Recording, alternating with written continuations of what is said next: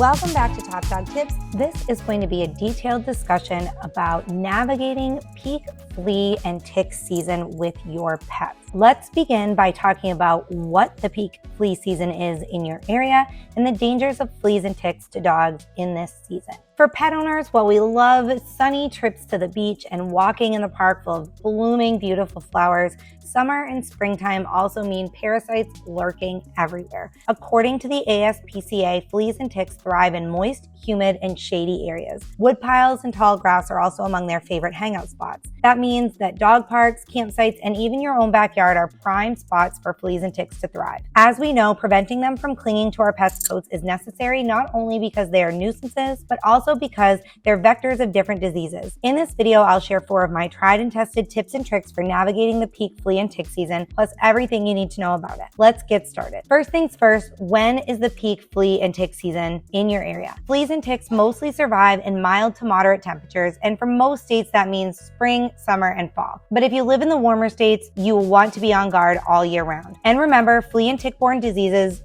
don't only affect pets. Once they enter your home, they can also bite you and your family members, which can cause a whole other level of health problems. The flea and tick season might depend on your geographical location. Some have it for a couple of months, but some states have it all year round. You can check out a map on our website using the link below that tells the peak flea and tick season in every region of the United States. For example, all the warmer states on the west and south coast can experience flea and tick surges all year long. Now let's talk about the dangers of fleas and ticks to dogs in this season. Fleas and ticks are both hematophagous parasites, which means they live off the blood of their host organism. One of the common irritations your pet may suffer when bitten by fleas is flea allergy dermatitis, which is caused by the flea's saliva.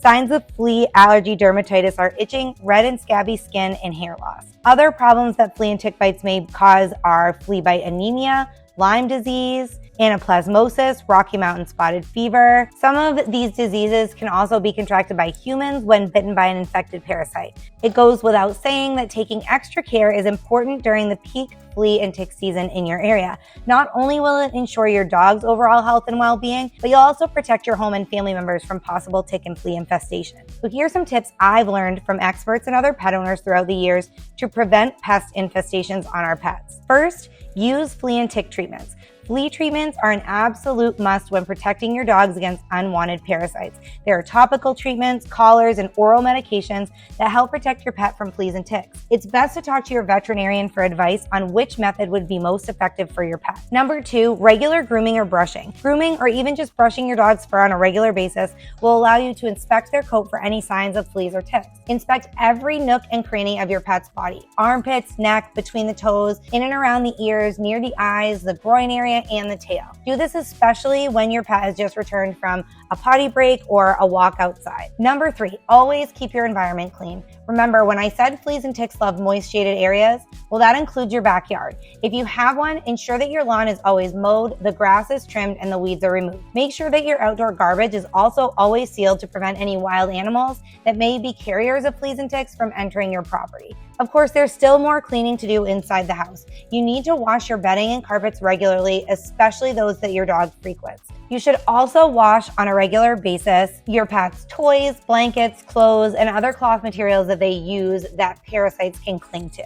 Number 4, consult with your veterinarian. The last and perhaps the best thing you can do when gearing up for peak flea and tick season is to consult with your vet. They'll provide all the necessary information you should know and recommend products you can use to help protect your pet from fleas, ticks, and other unwanted parasites. It's important to understand, though, that whatever measures we take, fleas and ticks can be inevitable. After all, several factors contribute to their infestation, from regional changes in tick distributions to our inability to control the hosts, which would be our pets or other animals, as well as other factors that are well out of our control. Following the tips and tricks that I've listed here does not guarantee that fleas and ticks will never bite your dog, but they should be enough to protect your pets and your family from the dangers that the bites of these parasites can bring. How about you? How do you navigate this irritating problem? You can leave a comment under this video or be sure to jump on our topdogtips.com. You can check out the article that we've written there. You can find us on Facebook, Instagram, and YouTube, of course. Make sure that you leave us a comment and let us know what works for you so we can share that information with other pet owners.